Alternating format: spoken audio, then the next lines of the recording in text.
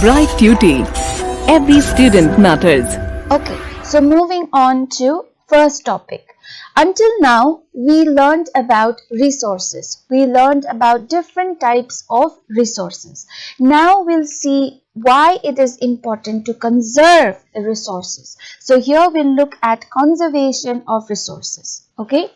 Now resources are very important for us because it helps human sustenance and development. It sustains humans and their development. Okay. But these resources are overexploited and they are consumed in an unplanned manner. So the overexploitation and unplanned consumption of the resources leads to depletion. Okay, the amount, the quantity of the resources are depleting, are reducing, okay, day by day.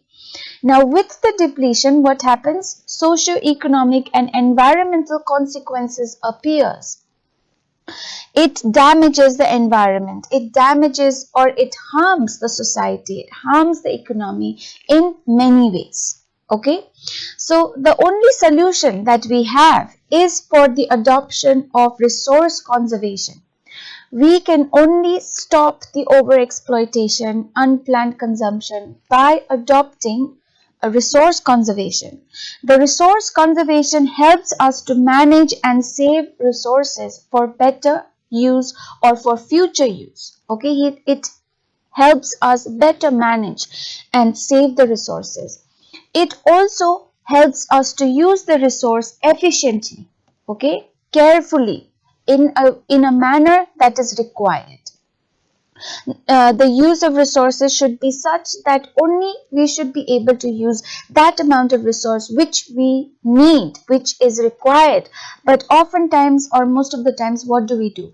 We use it inefficiently, meaning we use more of the resource than what is required. Okay.